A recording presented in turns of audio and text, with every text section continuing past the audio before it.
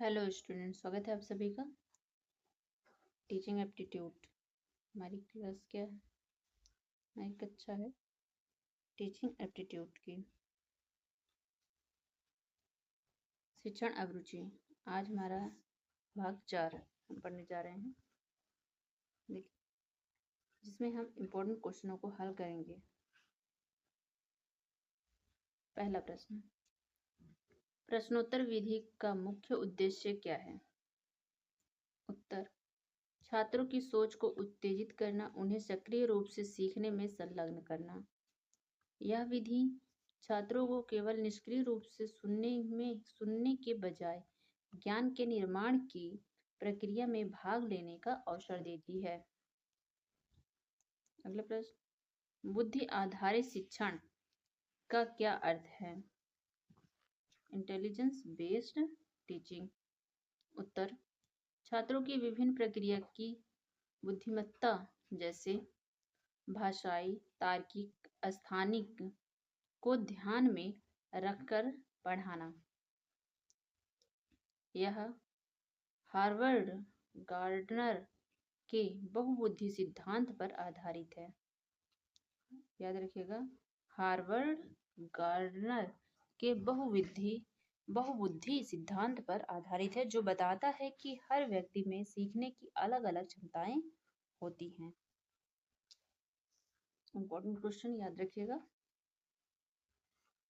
अगला प्रश्न, शिक्षण में उपलब्धि परीक्षण का क्या उपयोग है? हमारा उत्तर है, यह जानने के लिए कि एक छात्र ने किसी विषय में कितना ज्ञान या कौशल प्राप्त किया है। ये परीक्षण अक्सर पाठ्यक्रम के अंत में लिए जाते हैं और ग्रेड देने के लिए उपयोग होते हैं। अगला प्रश्न, शिक्षण अभिगम प्रक्रिया में कक्षा प्रबंधन का क्या महत्व होता है? उत्तर हो जाएगा, यह सीखने के लिए एक सकारात्मक और अनुशासित वातावरण बनाने में मदद करता है। एक सुव्यवस्थित कक्षा में छात्रों का ध्यान भटकता नहीं है और वे बेहतर तरीके से सीख पाते हैं।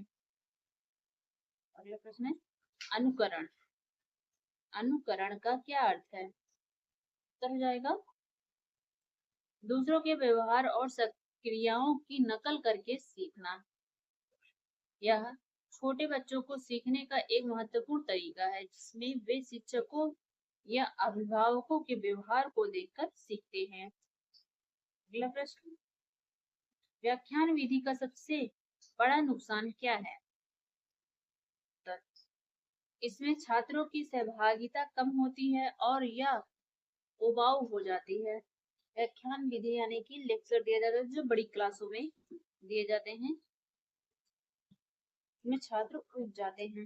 यह विधि केवल उन छात्रों के लिए प्रभावी होती है जो ध्यान से सुन सकते हैं और नोट्स बना सकते हैं। अगला प्रश्न, शैक्षिक मनोविज्ञान का शिक्षण में क्या महत्व है? तो हो जाएगा, यह सीखने की प्रक्रिया, छात्र विकास और व्यक्तिगत भिन्नताओं को समझने में मदद करता है। एक शिक्षक को छात्रों की मानसिक प्रक्रियाओं को समझने के लिए मनोविज्ञान का ज्ञान होना आवश्यक है।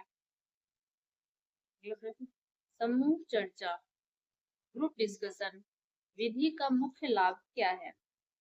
इसमें छात्रों में आलोचनात्मक सोच और संवाद कौशल को विकसित करती है। इस विधि में छात्र एक दूसरे के दृष्टिकोण को समझते हैं और अपने विचारों को व्यक्त करना सीखते हैं।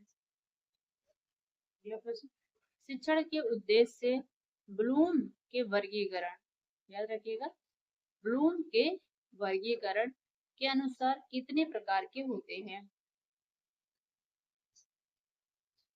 तो जाएगा, मुख्य रूप से 3 प्रकार। नंबर 1 संज्ञात्मक, नंबर 2 भावात्मक, नंबर 3 है मनोप्रेरक, मनोज्ञात्मक।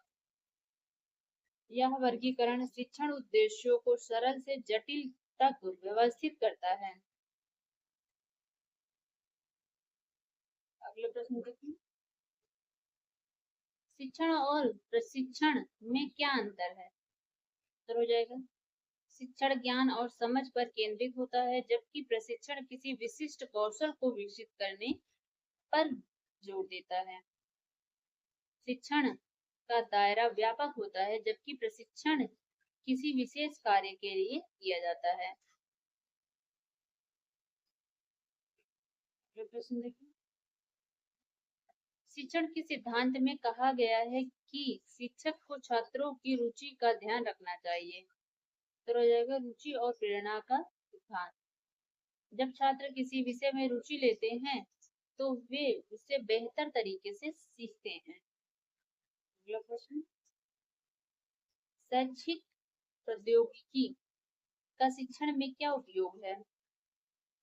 यह सीखने की अधिक सुलभ, आकर्षण और प्रभावी बनाना है।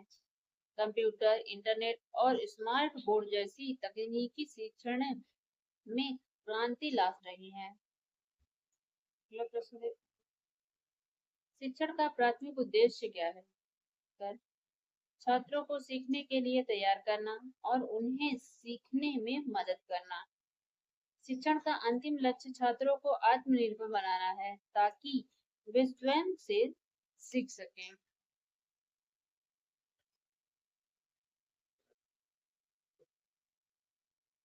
अगला प्रश्न देखें, निगमनात्मक विधि का क्या अर्थ है? उत्तर हो जाएगा, सामान्य नियम से विशिष्ट उदाहरणों की ओर बढ़ना। तथ्य जैसे पहले व्याकरण का नियम बताना और फिर उस पर आधारित उदाहरण देना। अगला प्रश्न देखिए, आगमनात्मक विधि का क्या अर्थ है? आगमनात्मक विधि का क्या अर्थ है? विशिष्ट उदाहरणों से सामान्य नियम की ओर बढ़ना। जैसे पहले कई उदाहरण देना और फिर उनमें से एक सामान्य सिद्धांत निकालना। क्या है ये? आगमनात्मक विधि। और पहले व्याकरण का नियम बताना और फिर उस पर आधारित उदाहरण देना, यह क्या है? सामान्य नियम से विशिष्ट की ओर जाना। तो ये क्या कहलाती है? निगमनात्मक विधि। आगमनात्मक विधि और निगमनात्मक विधि, इन दोनों को याद रखिएगा। प्रभावी शिक्षण के लिए क्या आवश्यक है? तो हो जाएगा, स्पष्ट लक्ष्य, उचित योजना, प्रभावी संचार और मूल्यांकन। ये प्रभावी शिक्षा को आकर्षक बनाते हैं। यह एक व्यवस्थित प्रक्रिया है जिसके लिए सभी घटकों का सही तालमेल होना जरूरी है। अगला प्रश्न, शिक्षण का सबसे महत्वपूर्ण चरण कौन सा है? तो हो जाएगा, अंतःक्रियात्मक चरण, क्योंकि इस चरण में वास्तविक शिक्षण होती है। इस चरण में शिक्षक छात्रों के साथ बातचीत करते हैं, प्रश्न पूछते हैं और उनकी समस्याओं को हल करते हैं।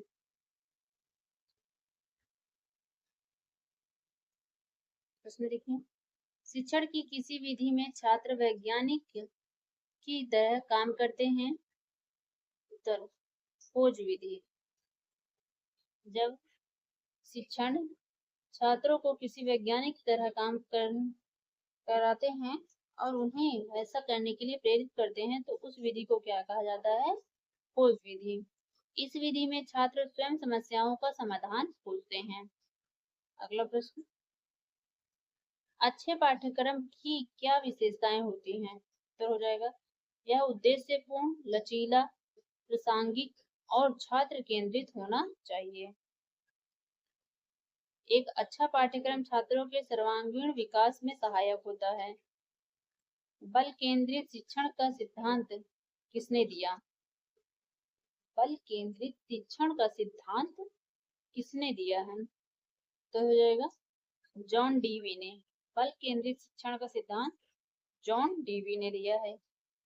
जॉन डेवी ने प्रगतिशील शिक्षा की अवधारणा दी जो बल केंद्रित शिक्षा पर जोर देती है। हेलो दोस्तों, आपको हमारी क्लास कैसी लगी हमें कमेंट में जरूर बताएं। चैनल को सब्सक्राइब करें, लाइक करें और शेयर करें। और देखिए, आपके लिए एक विशेष तोहफा है कि आप सभी लोग हमारे व्हाट्सएप चैनल में डेली आप सभी के लिए फ्री मॉक टेस्ट क्यूज उपलब्ध कराई जाती है, जिससे आप लोग व्हाट्सएप चैनल को ज्वाइन करके तो आप लोग सीख कर सकते हैं, फ्री मॉक टेस्ट दे सकते हैं। देखिए, व्हाट्सएप चैनल का लिंक आपको वीडियो के डिस्क्रिप्शन में दिया गया है, जहां से आप लोग हमारे व्हाट्सएप चैनल से जुड़ सकते हैं।